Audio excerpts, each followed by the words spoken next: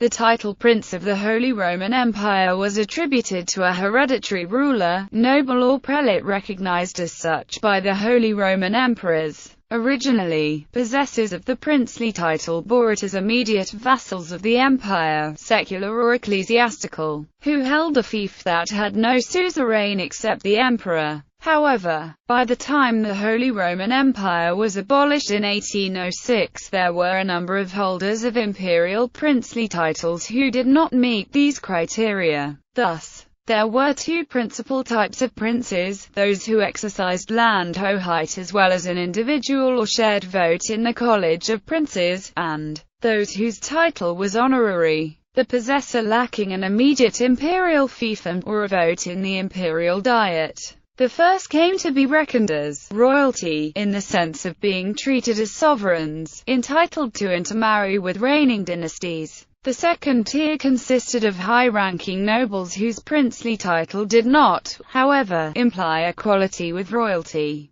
These distinctions evolved within the empire, but were codified by the Congress of Vienna in 1815 when it created the German Confederation and recognized a specific, elevated status for the mediatized princes of the defunct empire. The actual titles used by imperial princes varied considerably for historical reasons, and included archdukes, dukes, margraves, landgraves, counts palatine, princely counts, as well as princes. Moreover, most of the German fiefs in the empire were heritable by all males of the family rather than by primogeniture, the princely title being likewise shared by all agnatic family members, male and female. Imperial state. The estate of imperial princes or Reichsfürstenstand was first established in a legal sense in the late Middle Ages. A particular estate of the princes was first mentioned in the decree issued by Emperor Frederick Barbarossa in 1180 at the Imperial Diet of Gelnhausen, in which he divested Duke Henry the Lion of Saxony and Bavaria. About 50 years later, Ike of Riepgau codified it as an emanation of feudal law recorded in his Saxon Spiegel, where the lay princes formed the third level or Heerschilde in the feudal military structure below ecclesiastical princes. Officially, the princely states of the Holy Roman Empire had to meet three requirements: territorial rule in the droit de régale, i.e., sovereign rights over an immediate fief of the empire, a direct vote and a seat in the imperial diet, direct support for the expenses and the military ban of the empire. Not all states met all three requirements, so one may distinguish between effective and honorary princes of the Holy Roman Empire. The princes of the empire ranked below the 7 prince-electors designated by the Golden Bull of 1356, but above the Reichsgrafen, Freiherren and imperial prelates, who formed with them the imperial diet assemblies, but held only collective votes. About 1180 the secular princes comprised the Herzöge, who generally ruled larger territories within the empire in the tradition of the former German stem duchies, but also the counts of Anhalt and Namur, the landgraves of Thuringia and the margraves of Meissen. From the 13th century onwards, further estates were formally raised to the princely status by the emperor. Among the most important of these were the Welf descendants of Henry the Lion in Brunswick-Lüneburg,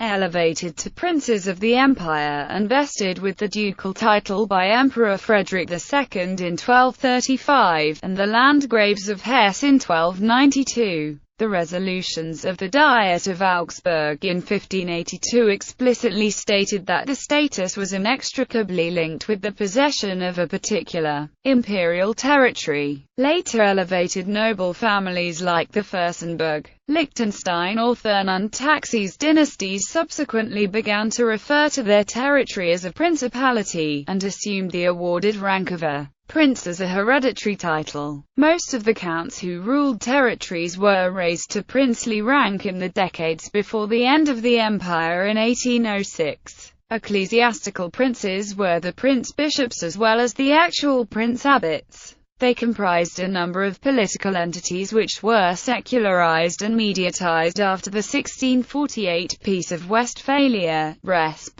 fell to France or the independent Swiss Confederacy. Honorary title. The honorary status of Prince of the Holy Roman Empire might be granted to certain individuals. These individuals included rulers of states of the empire who did not hold an individual seat in the princely chamber of the imperial diet, but held a seat as a count and shared with other counts in the one-vote exercise by each of the 4 regional comital councils or Grafenbanken. Sovereigns outside the empire, such as the Sovereign Military Order of Malta. The Prince of Piombino was another example. Nobles allowed to bear the princely title, but who had neither a vote nor a seat in the imperial diet, individual or shared, such as the House of Kinsky. This included nobles who lacked immediacy, but who were allowed, motu proprio, by the emperor to enjoy the title and rank of prince of an imperial state. Although this courtesy tended to become hereditary for families, the right to princely status was called personalist and could be revoked by the emperor. Foreigners of note, such as the princes of Belmont, the princes Chigi, the princes Orsini, the princes Orloff, the princes Potemkin, Lubomirski, or Radziwill, subjects of the empire who were given the princely title by an emperor, but who held no territory or sovereignty at all. This status was occasionally granted to morganatic wives of the electoral and immediate families, allowing them to share in the husband, father's princely title, but not his princely rank and privileges.